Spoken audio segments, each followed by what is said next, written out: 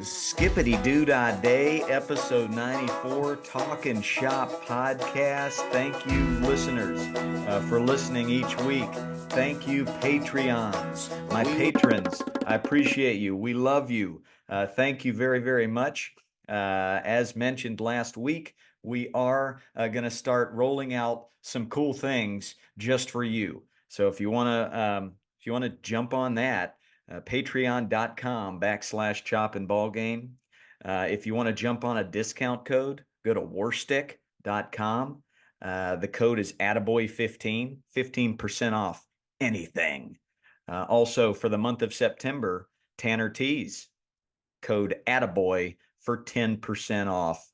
And get you some merch from Coach Ballgame's website. Can you give Mrs. Ballgame some snaps? And wherever you might be, just a real loud atta girl, get weird, explore the space, and shake it up a little bit. Maybe Mrs. Ballgame will hear you from miles away. Um, Guys, it's great to see you.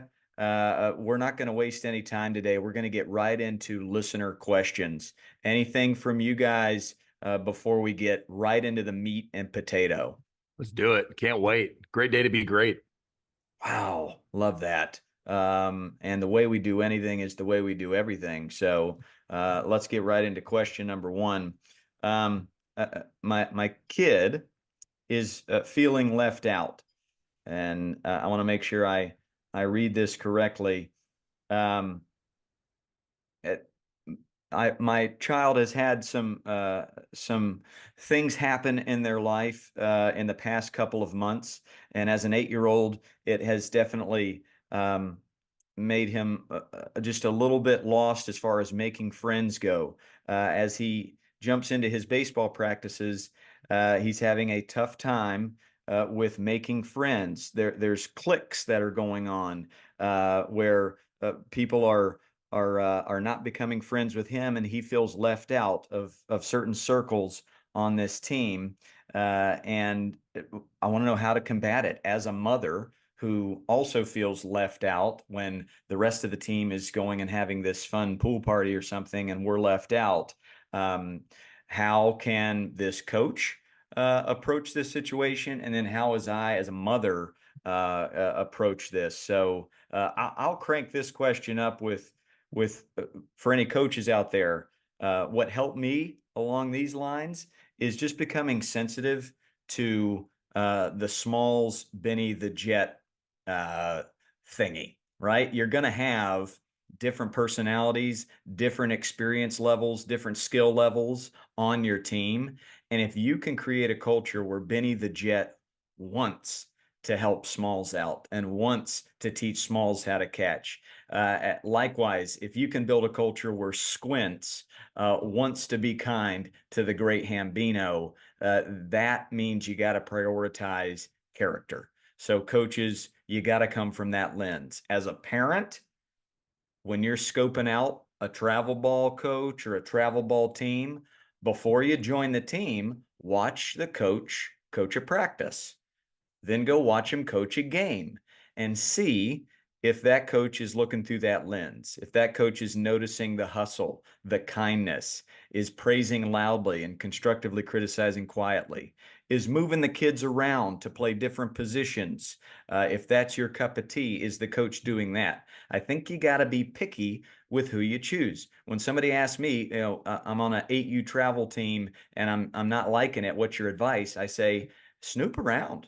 There are plenty of teams that are practicing today. You can go to different fields and find a coach that lines up with what you're trying to find. So I think as coaches, we have to make sure that kids are looking through a lens of inclusivity, and we're going to fist bump that kid that's never played before just as hard as we're going to fist bump the best player on the team. Flick Money, let's start with you on this. How can we help this mom out as the kid it seems to be left out? The missing piece of information we don't know is what is the coaching style on this team. We don't have that information. This is more of a dynamic of what's happening as much off the field. Probably it's leaking on the field too, but it's a lot of off the field. So I would just say, practically speaking, to this mom, which is going to speak volumes to her child, be the change you want to see on this team. So if other people are not being inclusive, other people are not inviting us, why don't you throw a backyard barbecue, invite the whole team, and prep your child? That doesn't mean everyone's going to come. There might be kids or families that might have something else going on. They might choose not to go. That's okay. This is how we do it. This is how we do it in our family. We include people, we invite people, and we don't, we're not going to sit. It's okay that you have feelings. The feeling of rejection or sadness when you're not included, that's real, especially when you're 8 years old. And so I want to honor that. Those feelings are all valid, but we're going to be the change we want to see. We're going to do some stuff to see if we can foster some of that, and maybe show up people and show our team and our parent culture what it could be like, what it would be like if people were more included.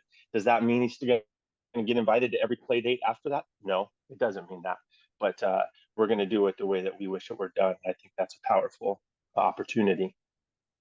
Chaparoo, are you seeing this, whether it be at your high school level, at your travel ball level, as far as being left out? Yeah, I think the Little League level is where I've seen it. And it's hard for me to speak on from the parent side, just because I'm fortunate. I have 4 boys. Their personalities are such that they don't have this to deal with. So it's a challenge for me, but I like what Flick Money said. I would, if I tried to put myself in the shoes of the parent, I would try to see if I could see some like-minded parents, some that do look like they're inclusive, and just maybe have a side conversation of like, hey, my son's had some challenges, some stuff's happened. Is there any way you guys would be comfortable, and just kind of have that side conversation before, so you know that they know. Because a lot of times if you don't, Sean Dunson was my partner with the Giants, and he would always say a closed mouth don't get fed, right? So you find a way, some folks that you see look like they would be interested in helping your son get those play dates or those opportunities, have a conversation. Hey, he feels a little bit left out. If you're comfortable enough with a coach, have that conversation. Be how I would handle it from a parent side. From a coach's side, oh my gosh, this is why we're here. You've got to look for those pieces of your team and make sure that you get to know them and their teammates get to know them. And most of the time, it's not even going to be about baseball. It's going to be like, hey, so-and-so is really good at X, Y, or Z, or whatever their passion is outside of baseball. Isn't that awesome? And then when you show that interest and engagement, then everyone else is like, oh yeah, that's great. And then you create this culture where, hey man, we're brothers for this, whatever this 3-month season is, we've got each other's back. Let's get to know each other. Let's spend time together. We are a family. And that's how I would handle it from a coaching standpoint. Good stuff right there. And then we talked last week about assistant coaches and important jobs you have. Be aware of this. If the head coach is all about the X's and O's and the roadmap of the practices and the games, then that's where you come in and you notice, you know what, this kid, he seems down. He seems a little left out. Let's do something here. Let's set up a play date with my boy and this kid. That might be the most important thing you do all season long, because we want to create long-lasting love of the game and long careers for all of these kids, and they all have a different story. They all have different personalities. So I can't tell you how many kids I've run into in these past couple of years where I hear a story, they've lost a loved one, they've lost a parent. And man, it hits me hard how many kids have to go through very difficult things. So coaches become sensitive to it. Another question, is travel ball a necessity? Does the travel ball have to happen for the kid to excel and make it to that next level? Now, I think we've got 6U, 7U, 8U, 9U, we've got that at a very young age. And I know we've got to tread lightly there because you want to create this great athlete who's well-rounded and has the ability to play a lot of different sports under a lot of different coaches. You don't want to get too special too early. But let's go upwards of 9U, 10U. You've got your rec ball option. and you've got this travel ball option. Is it a necessity to make that high school team? And Chopper, we'll start with you on this one. When you're looking at high school players coming in to your program, is that a necessity for you? No, it's not a necessity. If your kid is showing interest and they're kind of driving it and they've got a passion for the game, and it's something you can afford to do as a family with the time and the energy and the effort, the beans, bullets, and band-aids, so to speak, of getting involved in club. But just make sure, like you said a minute ago, Coach Ballgame, that you interview the coach. Go watch a practice. Are they fundamentals focused? Are they teaching high baseball IQ, where to be on every play? Are they teaching a spirit of resiliency and character? If they're not, club ball is not the play. 90% of club ball teams, in my opinion, are not the play, where it's win at all costs. It's yelling and screaming. There's no fundamentals being taught. It's just a cash grab and this like, oh, we've got to win, but they don't teach you how to win or have a process or get better or deal with failure, or treat your opponents with respect and the umpire and parents. And so you've got to find the right fit if your kid is driving it. If your kid isn't driving it and they're a good athlete, let them do whatever they want. Like, where's their passion? Little League is perfectly fine. I would say if you are serious about them getting on a high school team, probably that 13U, 14U, most high schools have a good feeder team. Get him in there at that 13-year-old age, but talk to the kid. Hey, Billy, do you want to play high school baseball? Yeah, I think that'd be fun. Okay, well then this is probably the age where we kind of have to take kind of that next step, making sure that you've kind of learned what the coach's currency is. If they've got a feeder team, they're already teaching kind of that culture of what that coach wants at the high school. But I would say, and Flick, I'm curious to hear your thoughts on this, but I would say no, it is not a necessity until that 13-year-old age. But if they love it and they want to do it and you can find a good coach, yeah, jump in. Just be careful, man. Some clubs are 3 tournaments a weekend and all this nonsense. Make sure they practice 2 or 3 times more than they play, would be my advice. What do you got, Flick Money? I love the 13-year-olds. Sort of, that's when it really becomes necessary. We do know club ball isn't necessarily a necessity, especially at the young ages. However, reps are. They do need reps. Baseball's a reps game. There's a reason that the Sunshine Belt produces, more college and professional players, because you get a lot of opportunities to play it. Whereas football is more likely to be evenly distributed because it's not necessarily weather dependent to get better at it. So you can really see how important that is. So they do need reps, but reps can come in a lot of different forms. There's great summer camps out there where you can get a whole season of Little League ball in 1 week of a really well-run camp. Coach Ballgame camp, I can tell you, you're getting some ADs. Every camp I've been involved with, I've prioritized them getting at least 30 game at-bats in that week. So that's, effectively, depending on how your rec ball or goes, that's a season. So get them as many reps as you can, but I would not do it at the sacrifice of their emotional developmental well-being. I want to make sure that they're in places that support them and foster their growth and their joy, and they're getting to be a lover of baseball and a lover of life rather than the opposite. Yep, absolutely. If you find a coach who's got a facility in your town and they are doing it the right way, and you want to jump into a weekly lesson, 30 minutes, 1 hour each week, where they're developing these skills with a good role model, I think that is great. And then maybe they got swim practice the next night, and then it's family night the next night. Keep that balance going. But yes, baseball is a rep sport. But more important than the reps is what kind of role model is this person that you're giving your child a couple hours a week with? Good question there. Okay, next one. Let's go softball. I'm coaching 10U rec softball. How do you balance helping kids fall in love with the game while also wanting to win? Basically, how do you mix this trophy chasing travel ball with that rec ball vibe? And we talked about this last week a little bit. This is a pillar that Flick Money talked about, the both and approach. So Flick Money, what's your advice to this softball coach as he he wants to teach these girls that hard work and coming together and working as a team can lead to wins, while not going down this path of toxicity and win at all costs. Yeah, it's a both and. We've been talking about this. If I'm creating practice plans, I'm going to go back after I've created and go, okay, which one is this servicing? Okay, we're doing team defense. That's servicing wins. Let's be honest. Yes, there's also some character development pieces in that.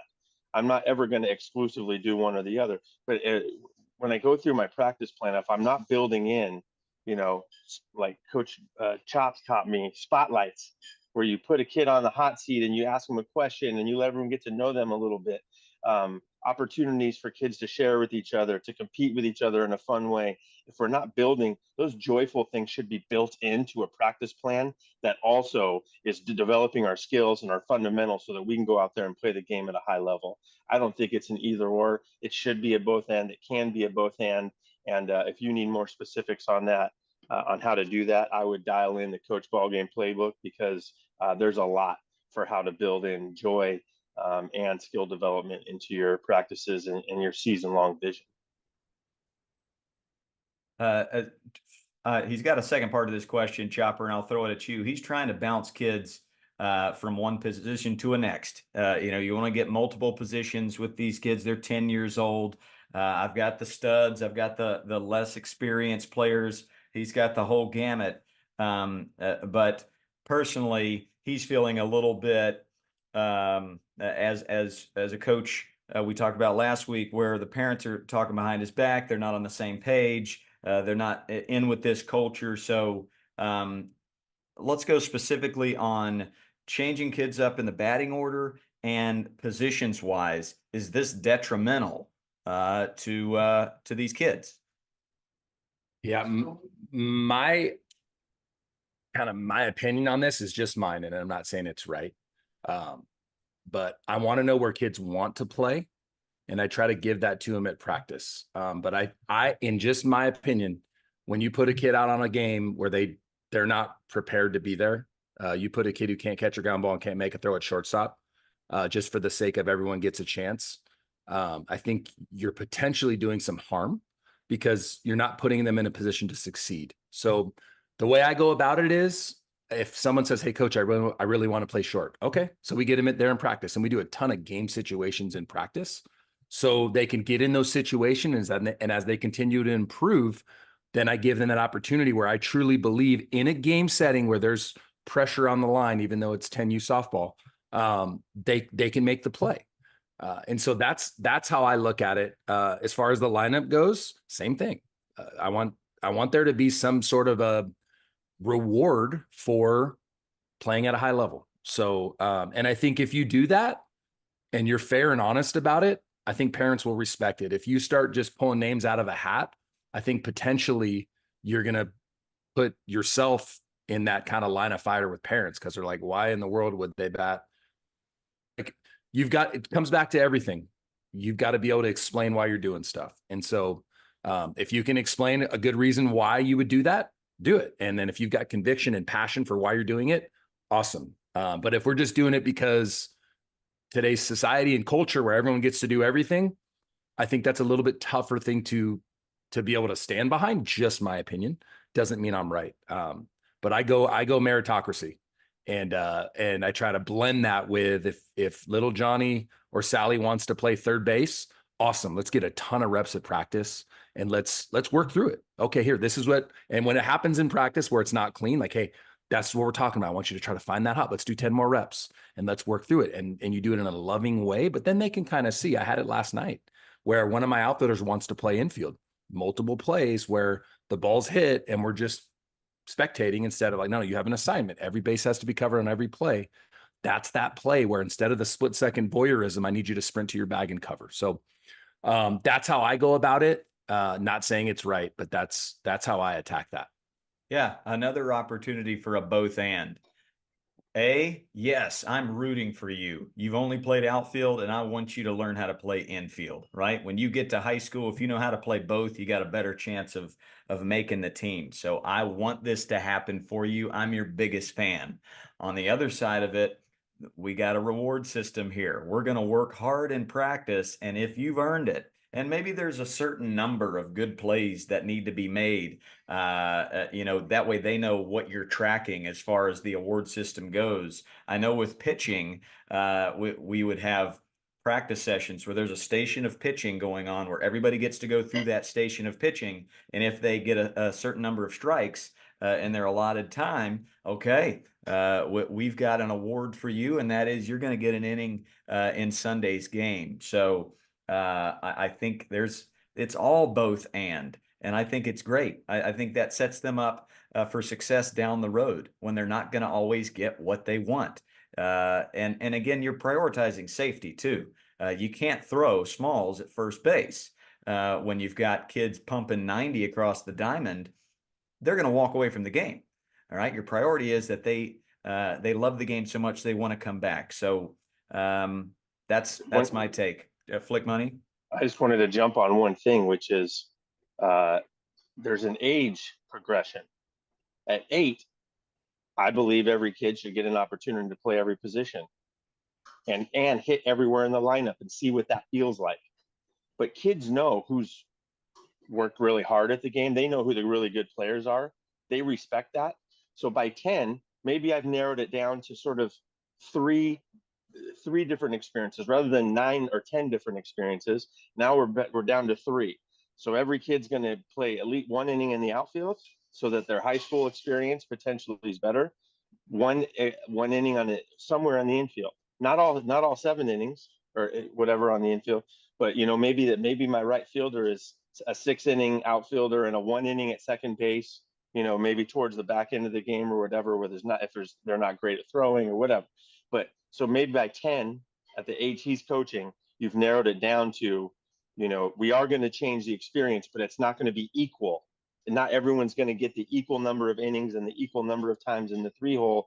Now it's what I call equitable, which is I want to give them the experience that they need to stay in love with the game, to want to come back and work hard at it, to feel like their work is being seen. But that doesn't mean equal. It doesn't mean they're all going to play the same amount of positions, the same amount of innings, and we'll have those conversations for them. So I think 10 is a really good kind of transition from equal to equitable. And then by the time they're 12 or 13, we're talking, it's going to be specialized. You're going to have 1 or 2 positions that you really, really are good at and are going to play. So I love it. Coaches, I think, yeah. Go ahead. I was going to say that on the topic of communicating this with the parents, and those of you, those are the parents that are talking bad about the coach or saying, what is this guy doing? What's his approach? Why is he going this way or that way? You can explain the why with, hey, I know your kid is a great shortstop.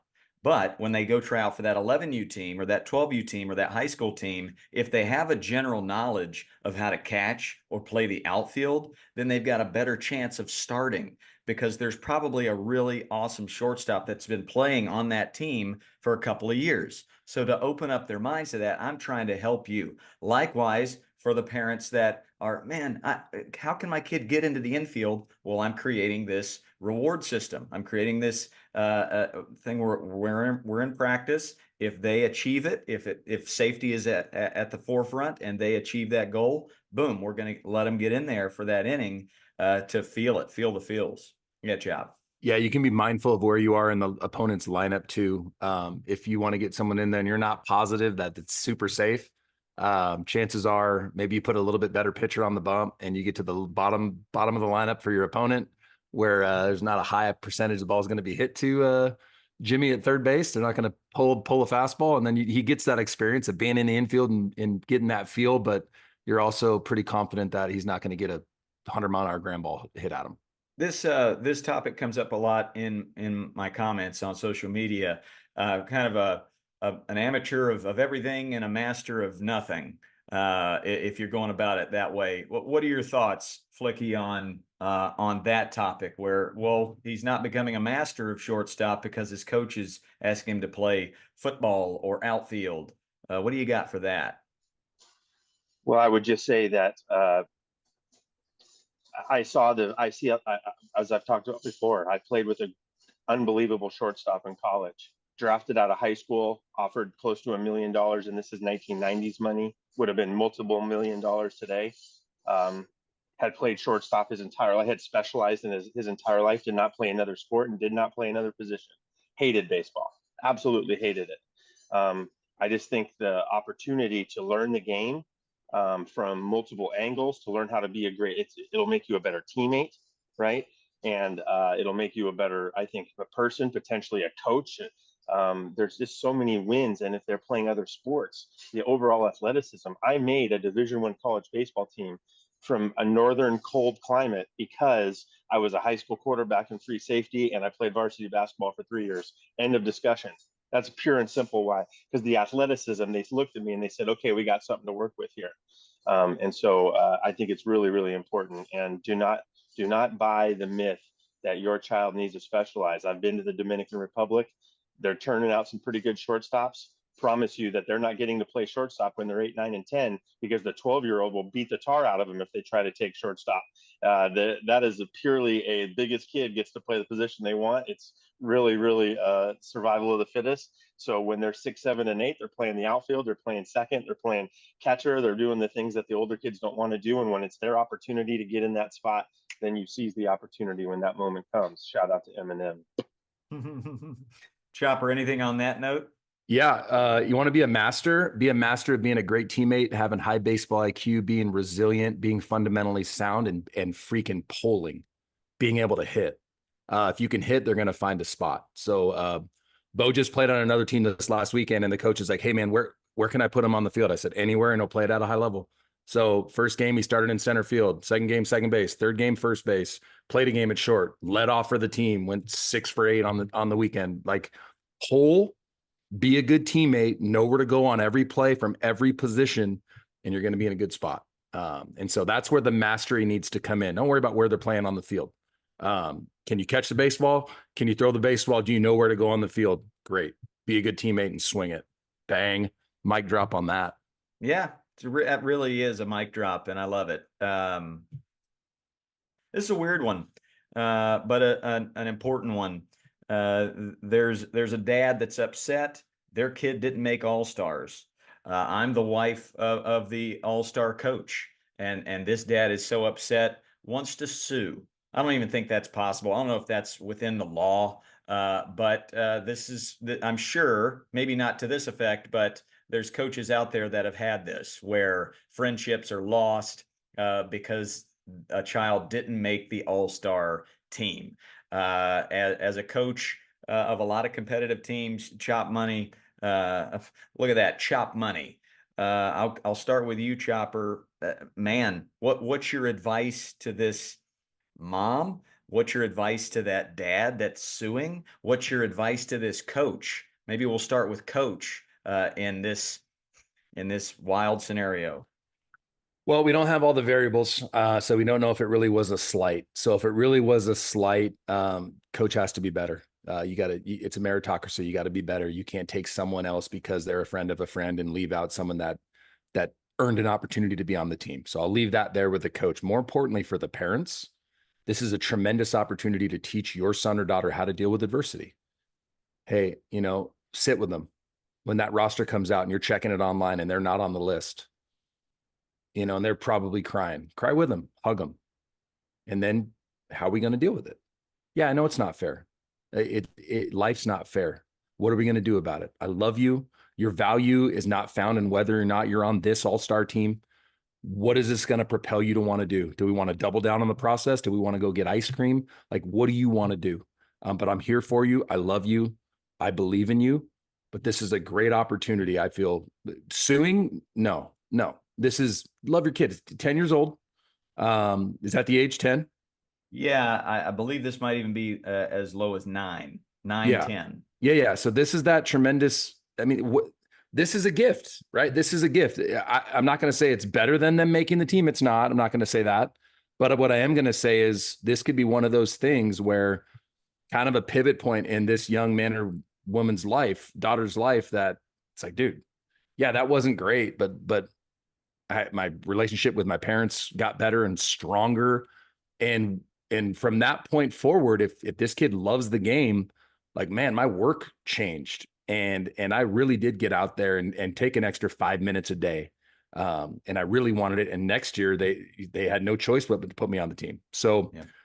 I think everything that happens to us, if we're looking through that lens of where can I find growth, we don't just knee-jerk reaction. Yeah, I'm sure. Yeah, I would love to sue everybody about everything, but that's not going to help anybody. It's not going to help me, my kids, the person I'm suing. So what can you do about it in a constructive way that's going to produce growth?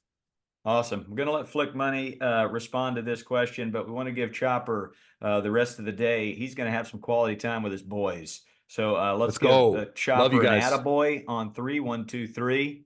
Attaboy to Attaboy. me. And make some memories, Coach. Love you, boys. Bye-bye. Flick Money, you're the coach of this all-star team, and this happens. Any advice for the coach, for the wife of the coach, as you know, seems like they're being threatened here? Yeah, this is a tough one. I'm sorry it's happening, number one. And I stand behind Chopper. Go over your reasons why. And this is why when you're doing kind of tryout things, having in education, we create rubrics, really clear. This is what mastery looks like, very clear delineation of what the skills are and whether those expectations are being met. And you're going to have to, if someone's going to try to launch a civil suit against me, which they can do for anything. This is not a criminal offense, but a civil suit that they've been wronged in some way. You can launch a civil suit. You got the money and the lawyer. You can launch it for anything. And you're going to have to really look at, okay, let's make sure my reasoning was sound here. In your defense, I will say, I just watched the Olympic basketball team, loved every minute of it. Jaylen Brown of the Boston Celtics is the NBA Finals MVP, one of the 10 best players in the league. Jason Kidd, when he was coaching the Mavericks, said Jaylen Brown's the best player on their team, not Jason Tatum. Okay, defensively, offensively, what he brings to the court. Did not make the Olympic team. They instead passed him over and selected his teammate, Derek White, for the final spot on the Olympic team, because they weren't going for let's just put the 12 best players together. They were going for, let's create the best 12 collectively. And they needed what Derek White could bring differently than they needed what Jaylen Brown could bring, because they already had a couple of elite players at Jaylen Brown's position. So if you're just going to get in a situation where, it wasn't going to make sense for them to have him sitting the bench and not getting the minutes and them not getting what they need, they put together the best 12.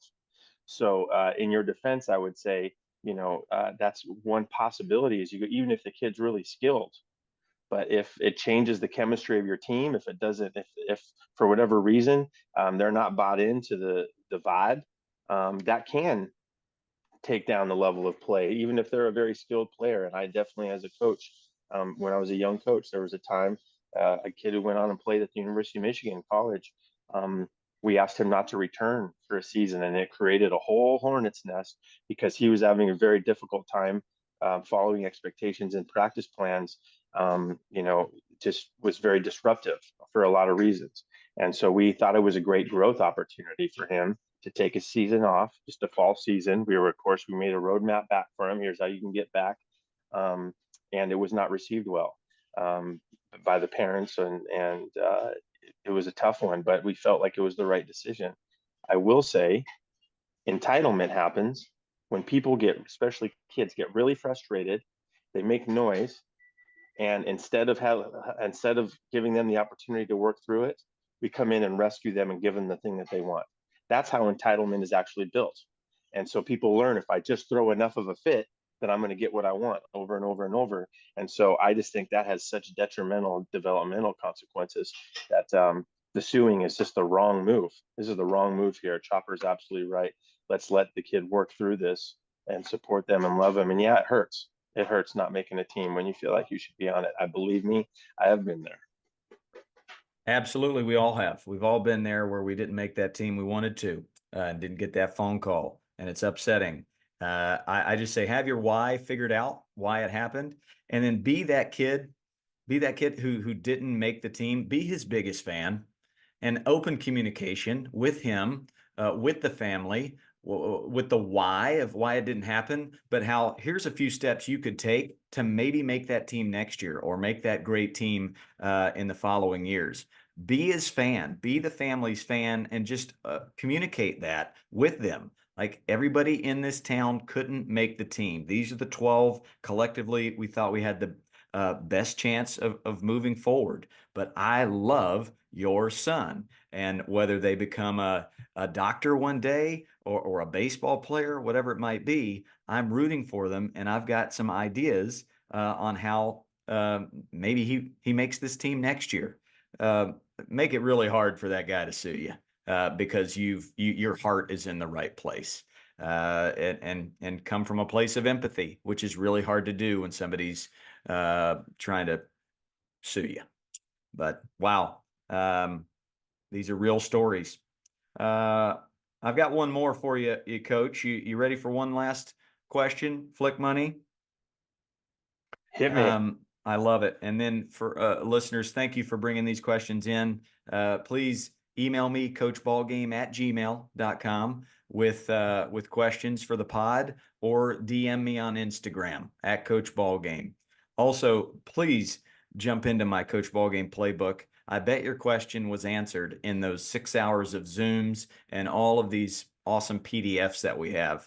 That link is in my link tree in my bio. It's also up on our website.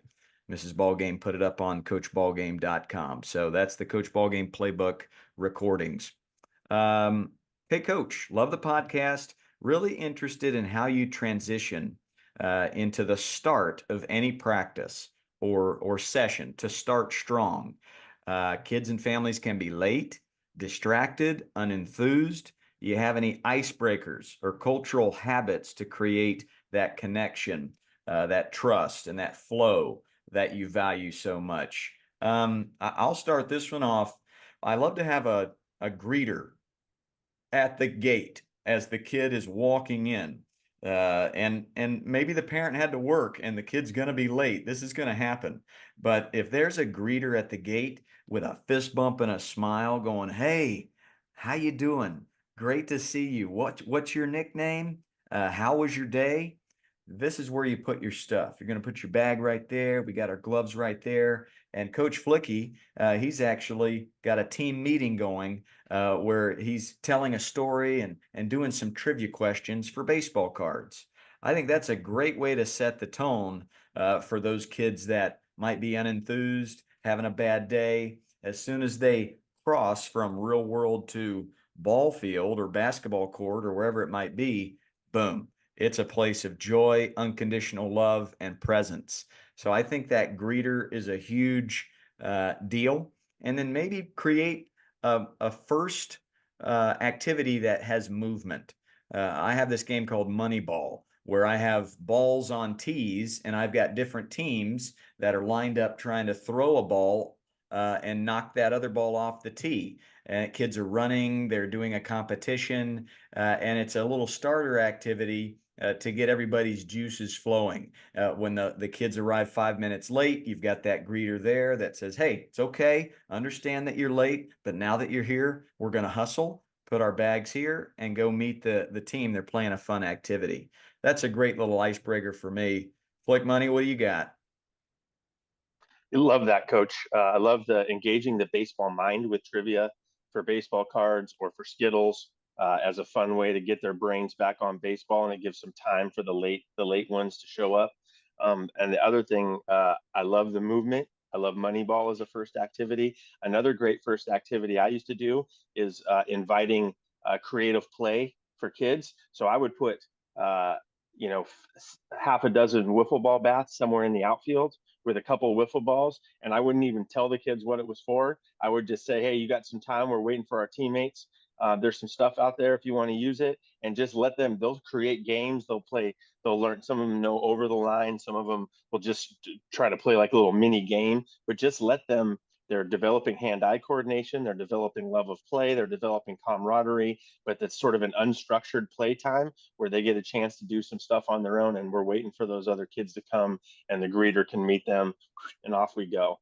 Wiffle ball BP is just money in the bank and a lot of fun for everybody. I love it. I love the chaos. Make sure it's just organized chaos, right? If it's in the fashion of dump some wiffle balls out there and let kids go, make sure it's not with a real ball and a real bat. Sometimes you'll have kids throwing a real baseball over some kids' heads that are doing something else. Keep it wiffle balls. Keep it softer baseballs where safety is prioritized, and just make that whatever is unorganized chaos, make sure it gets a little more on the organized side.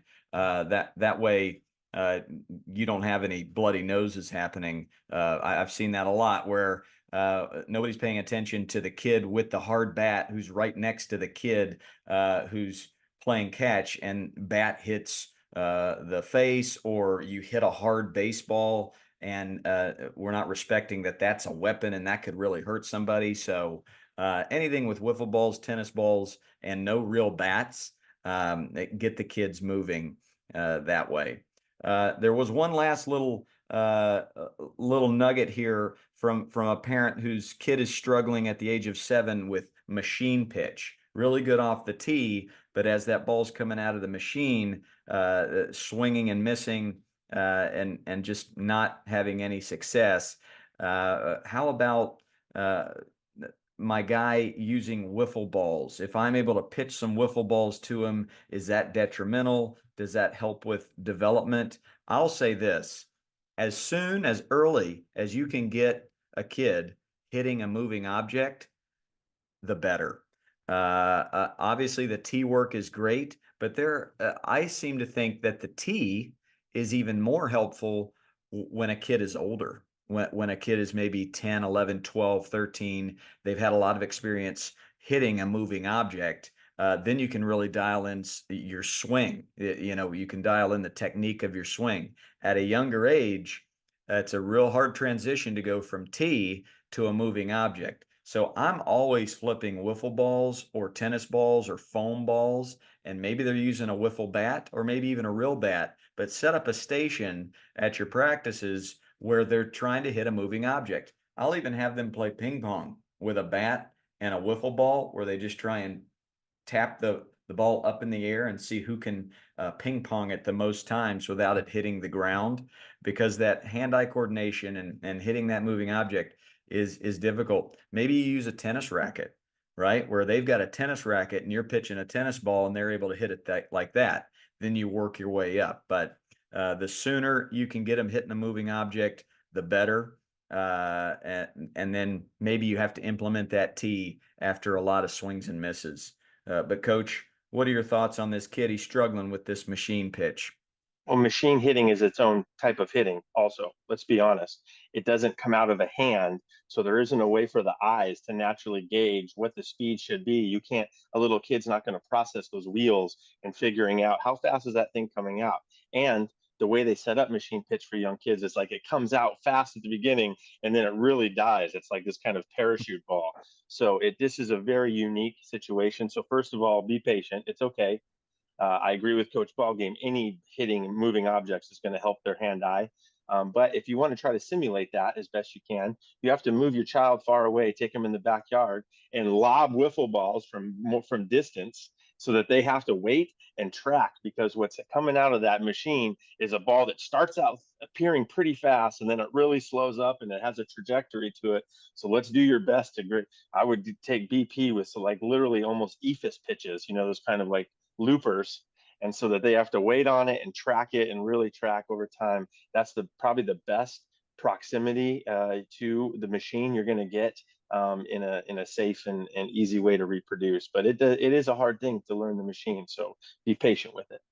I got one more for you. The Pete Rose drill, where you throw a bucket of balls and they have a bat, but they're not swinging.